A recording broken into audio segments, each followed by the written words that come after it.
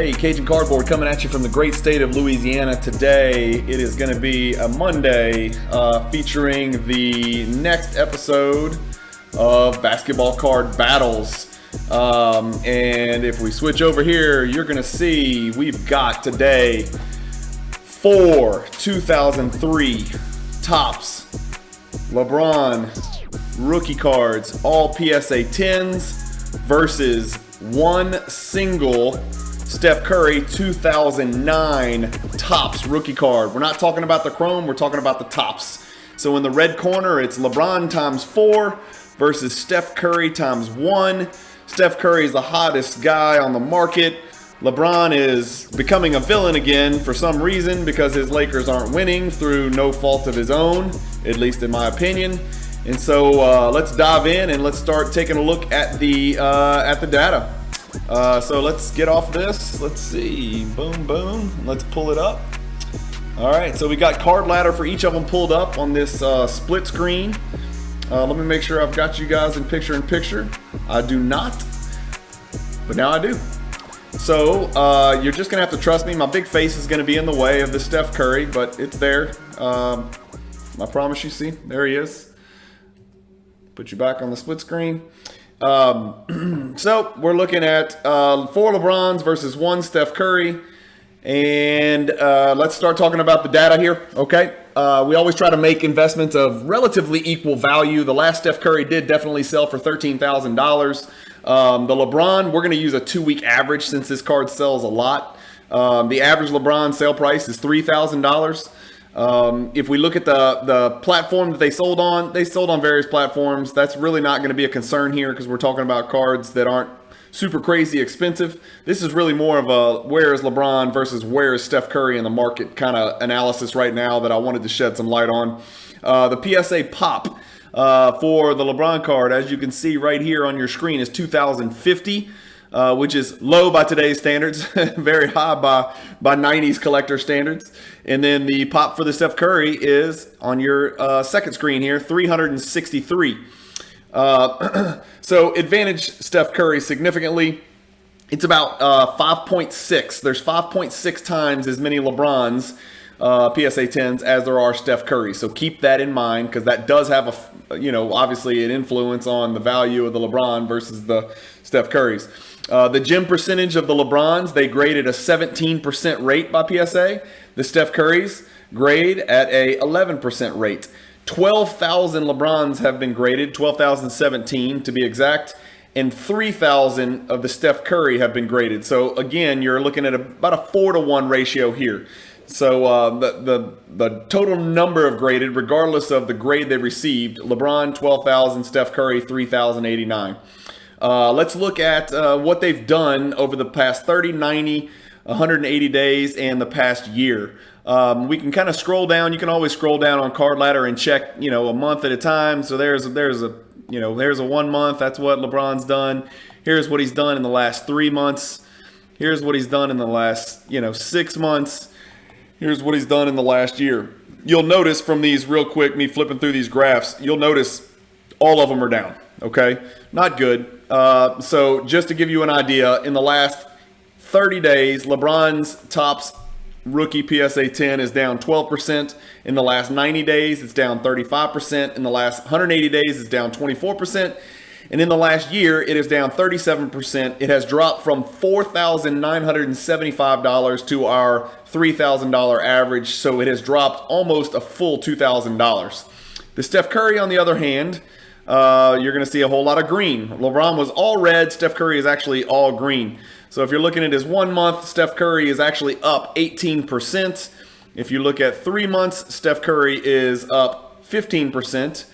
6 months, Steph Curry is up 23.8%.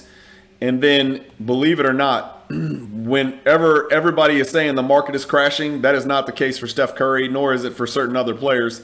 But as you can see, the Steph Curry has absolutely exploded from 53.25 over here to 13,000, which is a 7,675 increase, which is a 144% increase in the value of this Steph Curry Topps PSA 10 rookie card. So when we're comparing not just cards, but we're comparing players. We're comparing legacies, and in these two cases, these are two GOATs. We're comparing a pretty large body of work. You've got a historical, canvas to work with. There's no secrets here. We know what they are and what they've done. So let's just take a quick peek at it. If we switch over here to basketballreference.com, which is something that I use that's super handy when you want to try to compare two players. There is a compare feature, but it shows up difficult on your split screen. And so what I wanted to look at is up here, when you go to Basketball Reference, you can kind of just see in a nutshell what their career accomplishments are. Okay, so you can tell how many years they played, how tall they are, what their nicknames are, and I love looking at the nicknames. Here's one, L Train. Never heard LeBron referred to as the L Train. The Little Emperor. Anybody? Never heard that. Steph, Babyfaced Assassin. Chef Curry, the Human Torch. Never heard. And then Threesus, which is pretty badass. Nevertheless, let's look at their actual accomplishments right here in these little bars that you guys can kind of see across the middle here. So let's start with, LeBron was the Rookie of the Year in 2003. Steph was not a Rookie of the Year. LeBron was a 17-time All-Star. Steph has been a 7 times All-Star. And they'll both add to that this year. LeBron is 17 times All-NBA.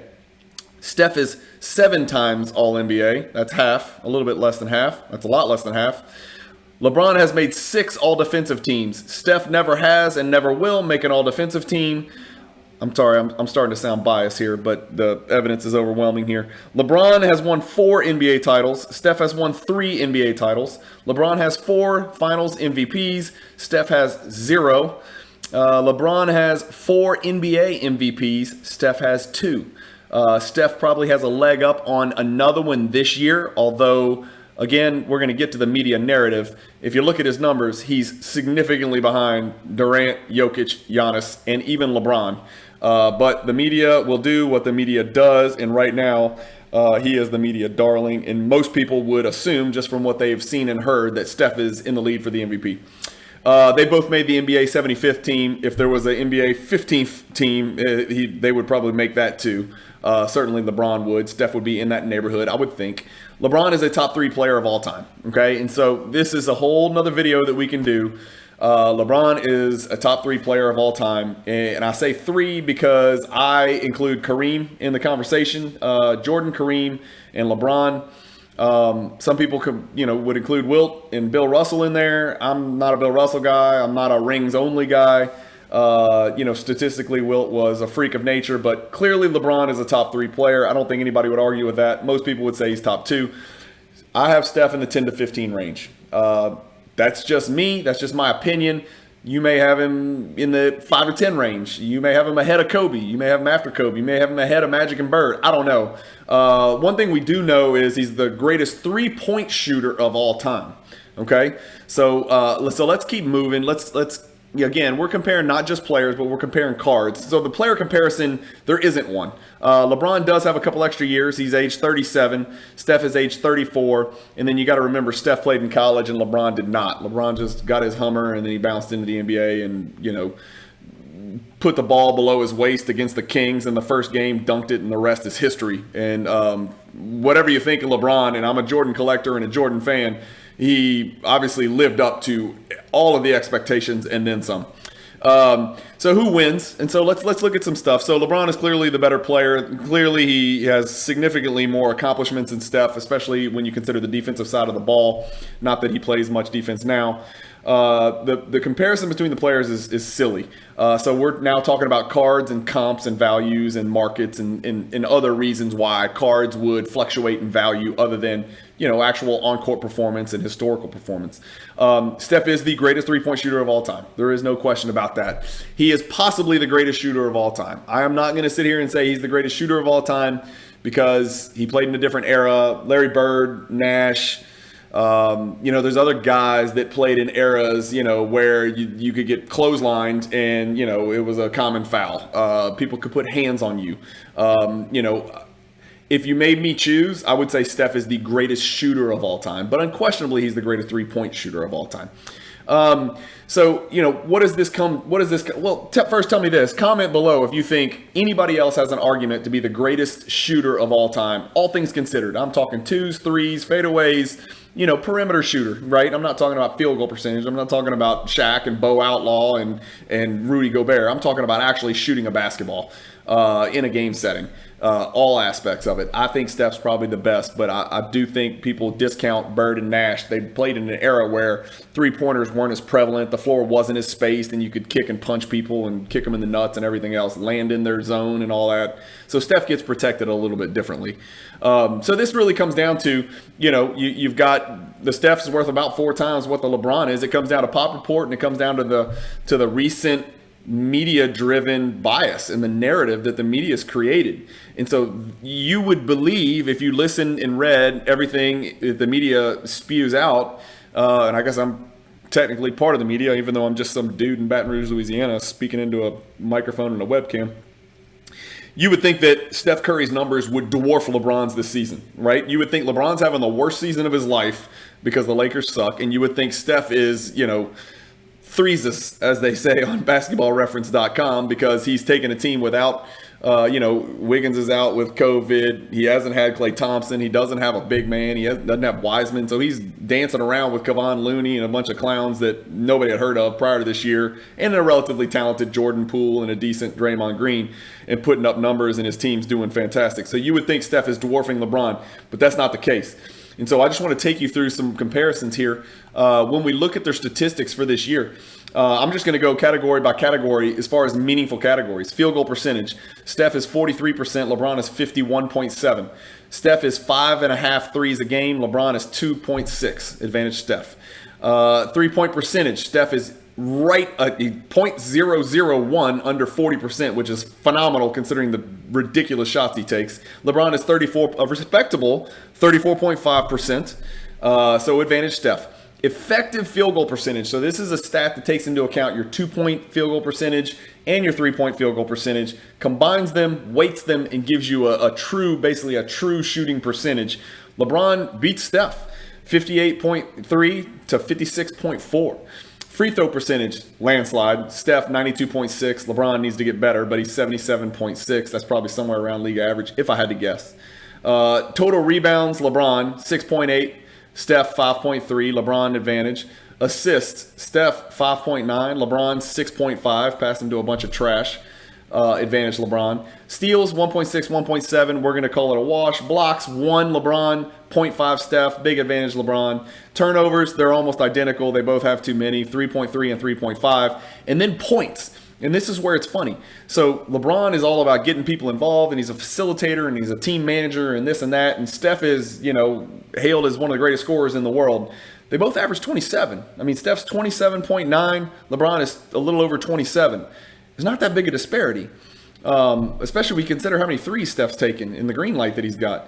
So, again, this may come down to, comment below, because I want everybody's input on this. This comes down to, do you like buying? Well, both of these players are great. They could get hit by trains tomorrow and never play another game, and they would both be, historically relevant basketball players in their respective sport. So LeBron has gone down for the last 30, 90, 180, and year. Significantly. Red. Steph has gone up 30, 90, 180, and in the past year, and he's more than doubled in value over the past year. So this may come down to, which would you rather? Would you rather invest in a card that's tanked and that's gone down and dropped 37% over the last year, which is pretty commensurate with most of the cards in the hobby? Or would you rather this Steph Curry card, which has gone up 144%? Are you riding the wave? You think the Steph's going to keep going up? You think the LeBron's going to hit a bottom and then bounce somewhere? That's really kind of what this comes down to. I would take the 4 LeBrons. That's just me. I know the pop is different. We go back to card ladder picture here. We talk about the pop. I get it. Honestly, look, dude. As a 90s collector, 363 is a high pop too. 2050, that's a high pop. High versus high, I don't really care. I know there's 6 times as many out there, but LeBron is 6 times more relevant. Historically, he just is. Steph Curry is the greatest at one particular aspect of basketball. I didn't say this at the beginning. I don't own either one of these cards. Obviously, I do have a LeBron collection. I do not have a Steph Curry collection. There is my bias. But also, I mean, you have to look at the big picture, and you have to look at the entire canvas. You can't just look at, Steph just happened to break, the record, which is an amazing accomplishment. I did another video on that. Go back and search, and you can find it. But one particular aspect doesn't vault him over the well-rounded LeBron. And again, I'm not discrediting Steph Curry. I think he's in the 10 to 15 greatest players of all time. And that's as a terrible defender, absolutely horrible defender. The media doesn't like to talk about that. But anyway, this is not about me. I'm taking the 4 LeBrons, but I want to hear what you would take. I'm not telling you to go buy either one because my money's not being spent on either one of these options. But if I had to spend, $13,000 or $14,000, I'm buying 4 LeBron Topps PSA 10s and passing on the Steph Curry. Let me know what you guys think. I'm trying to get back on the screen here. There we go. So let me know what you guys think. I'll probably rambled a little bit too long on this. I get passionate when I start getting into actual basketball issues more so than cards. And this to me just comes down to a basketball issue. Like, 10 years from now, the guys that I'm going to be holding, I want to be holding LeBron. I want to be holding Jordan. I want to be probably Giannis. Let's let it go. Let's give it some time, right? Let's see if he surpasses Steph Curry. Again, you can't go wrong catching either one of these guys, but give me the sinking ship, man. Give me the LeBron that's just dropped like crazy. I mean, this LeBron card was 13 grand at one point during the peak, The Steph Curry got to 19 grand during that peak, but the Steph Curry hit the floor and then it started to trickle back up. And not really trickle. I mean, this sucker's gone up 144% over the last year. That scares me. I don't like buying cards like that. I got burned on a card like this, the Kawhi base Prism 2012 PSA 10. I got burned on this card. I don't know what I was thinking. I'm chasing the set, and so I was just snatching up all those rookies from that class. And I bought it the wrong time, and I bought after it had spiked. And then right after I bought it, obviously it nosedived with a lot of the other base cards. So let me know what you guys think. Hope you enjoyed this one. Comment below. I mean, that's kind of what these videos are for. If you like this video and other basketball card battles, you can go check them all out. They're all fun to watch. Hit the like button, lovingly caress it, as I like to say. If you like the video, please hit it. If you want to get updated, I release one of these basketball card battle videos every Monday. I release an Explore the Card deep dive into a Michael Jordan parallel or insert every Friday. And then I release little miscellaneous, spur of the moment videos, usually on a Wednesday or a Sunday during the week, sometimes both days, sometimes neither, sometimes one or the other. So hit that bell icon and get notified. And if you like this, cut and paste the link and send it to a buddy of yours. Just text it to him or shoot it to him in an Instagram message or Facebook message and say, hey, this dude from Baton Rouge, Louisiana, loves basketball. He only talks about basketball, no other BS, no soccer, NFTs or whatever, none of that other stuff. Just basketball and basketball cards, period. That's all you're going to get from me. Anyway, hope you guys liked it. Enjoy the video. Peace.